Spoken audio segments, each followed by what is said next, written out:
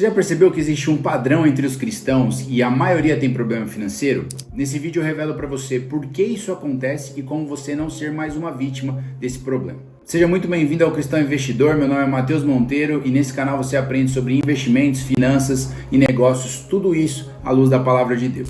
Jesus diz em Mateus 7, 24 e 25 que quem ouve as palavras dele e pratica é semelhante a alguém que colocou a sua casa sobre a rocha, e quem não pratica semelhante a alguém que colocou a sua casa sobre a areia. Nessa história, ele claramente quer dizer que existem diferentes posicionamentos em relação a como nós devemos agir, e na verdade ele expõe a consequência de tudo isso, que no meio da tempestade uma casa iria aguentar e a outra casa iria sofrer as consequências e com certeza ser destruída. E o que eu aprendi estudando a respeito de pessoas bem-sucedidas, homens que deram certo nos seus negócios, é que, na verdade, eles aprenderam alguns princípios e esses posicionamentos nunca mudaram de se tornar a prática da vida deles no seu dia a dia. Podia acontecer coisas boas, coisas ruins, o comportamento deles era inabalável. E muitas vezes eu percebo que isso para nós cristãos não é uma realidade. Esses dias atrás eu vi um vídeo do CEO da Nvidia, uma empresa que está muito conhecida agora devido às suas altas na bolsa. O presidente dessa empresa, ele diz que é necessário para uma pessoa de sucesso o sofrimento, as decepções, ter uma vida que é complicada. E muitas vezes a gente tem uma expectativa que é muito alta e a gente se frustra e para no meio do caminho. E quando ele explica tudo isso, a Bíblia em Tiago, em Romanos, fala exatamente a mesma coisa, só que em outras palavras. E aí talvez você se pergunte, Matheus, o que tem a ver com o tema do vídeo? Nós cristãos temos o maior guia de uma vida bem-sucedida disponível para nós 24 horas por dia. A gente diz que é o nosso guia, que é a nossa base, que a gente morre por aquilo que está sendo dito aqui. Porém, muitas vezes a gente simplesmente não aplica o que foi dito por diversos homens de Deus. Antes de mais nada, curta esse vídeo, se inscreva no canal e compartilhe com alguém que necessita desses princípios. Esses dias eu estava no shopping, um casal me abordou e disse que tem acompanhado o canal e através dos nossos vídeos aqui tem começado a estudar a respeito do assunto, lido livros que foram indicados por nós aqui. Então é uma alegria muito grande, talvez você possa ser um instrumento de Deus propagando essa mensagem e fazendo com que outras pessoas sejam alcançadas por esses ensinamentos. E voltando à passagem que eu citei no começo do vídeo, Jesus ele diz que a casa edificada sobre a rocha passaria por tempestades, por problemas, por desafios e eles conseguiriam prosseguir. E é exatamente isso que eu quero trazer para você. Nós temos princípios bíblicos e espirituais que podem fazer com que a gente mude de vida, com que a gente avance e que nós tenhamos o melhor comportamento em relação ao dinheiro possível. E consequentemente a falta desses princípios na nossa vida, no dia a dia, faz com que a gente não viva o melhor de Deus para nós e nem o melhor de nós mesmos, a nossa melhor versão. Salmos capítulo 1, por exemplo, nos ensina que se a gente meditar dia e noite na palavra de Deus, tudo que nós fizermos iria prosperar. E eu acredito muito nisso, que se a gente tiver esses princípios dentro do nosso coração, nós teremos uma vida muito mais próspera. Eu não estou dizendo só em relação às finanças, mas em tudo o que você colocar à sua mão. E eu não quero só trazer esse aviso aqui para você, mas também trazer princípios que estão mudando a minha vida e com certeza podem mudar a sua e listar cada um deles, falar um pouco a respeito. Então fica até o final que com certeza esse vídeo vai edificar muito a sua vida. Em Provérbios 11, versículo 28 diz assim: quem confia nas suas riquezas cairá, mas os justos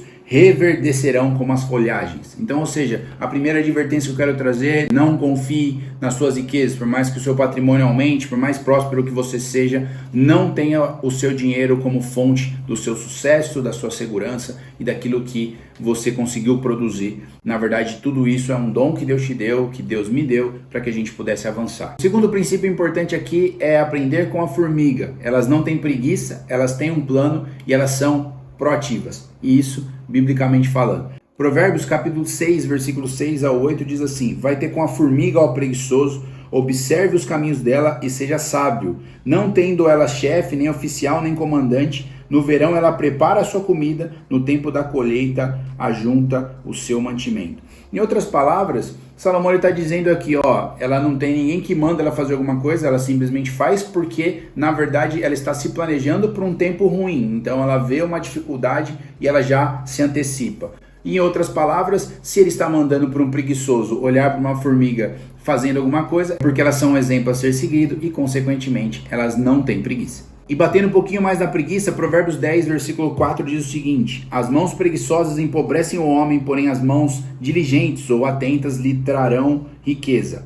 Salomão aqui está dizendo, ó, se você for preguiçoso, você vai ser pobre, você vai passar dificuldades, e se você for atento, diligente, trabalhador, você vai conseguir alcançar riqueza, sustento, graça. Então, isso que eu quero trazer para você, a preguiça muitas vezes ela tem uma raiz na incredulidade, eu já falei isso há alguns vídeos atrás, mas você precisa combater isso com todas as suas forças, porque ela vai minar a sua vida financeira e muitas vezes trazer a ruína mesmo. A Bíblia diz em Provérbios, capítulo 22, versículo 7, o rico domina sobre o pobre e o que pede emprestado é servo de quem empresta. Ou seja, para você evitar ao máximo a dívida, porque senão você vai se tornar um escravo também. Salomão que resume muito bem o que acontece com alguém que se endivida. Eu lembro de uma vez meu pai compartilhar comigo que era muito ruim acordar para ter que pagar a dívida. Ou seja, o trabalho não era para conquistar um sonho, um carro, uma casa, uma vida melhor, mas sim para pagar outras pessoas. É uma vida triste que você serve aos outros e não serve a si mesmo.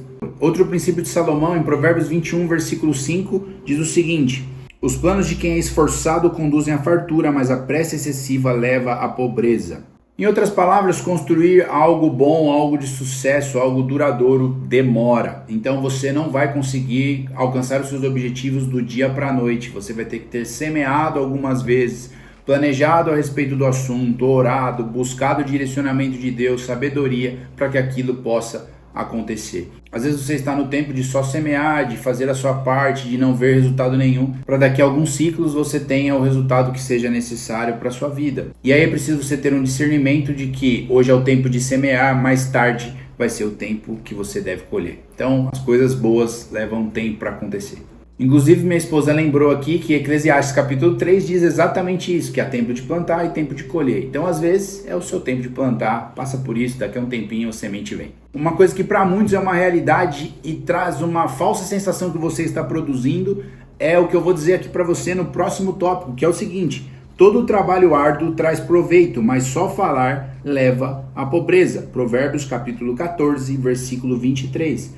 E aqui esse princípio é: trabalhe ao invés de apenas planejar. O planejamento ele é importante, mas muitas vezes você fica no mesmo lugar porque você só está planejando. E o planejar, ele traz para você uma sensação de que você está produzindo, mas na verdade não. Então imagina que você está num barco que você precisa remar de um lado direito e do lado esquerdo para poder ir para frente. Se você só planejar, você vai rodar em círculos, mas se você conseguir remar dos dois lados, você vai adiante. Então não adianta só fazer, você precisa planejar, mas não adianta só planejar, porque na maioria dos casos isso não vai te levar a lugar nenhum. Então não é só planejar, não é só trabalhar, você precisa fazer os dois. Eclesiastes 10:10 diz o seguinte: se o machado está cego e a sua lâmina não foi afiada, é preciso golpear com mais força. Agir com sabedoria assegura o sucesso.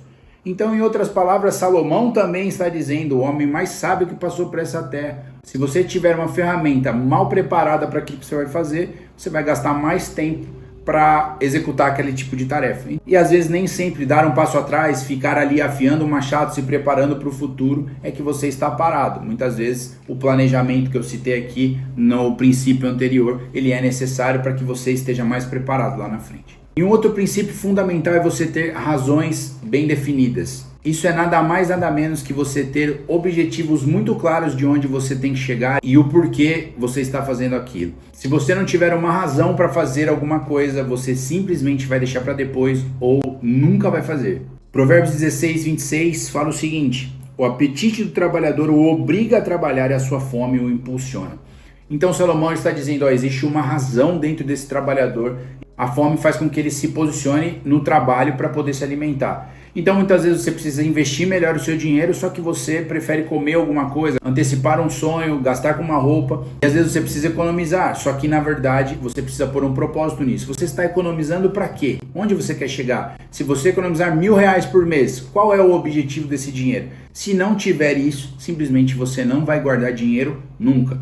E uma coisa que eu percebi ao longo desses 4, 5 anos de estudo a respeito de finanças, investimentos, alinhados à palavra de Deus, é que se as pessoas não tiverem nenhum propósito, nenhuma razão para economizarem, para investirem, para alocarem o seu dinheiro num determinado lugar, elas simplesmente não vão fazer isso. Então você precisa encontrar os seus objetivos, as suas metas, colocar no papel, escrever, orar, para que isso possa se tornar uma realidade na sua vida. Esse vídeo, na verdade, ele tem o intuito de trazer princípios espirituais, e aqui eu só citei Salomão, só Provérbios, Eclesiastes, só conselhos básicos, mas você pega Jesus falando diversas vezes a respeito, você pega Paulo falando a respeito.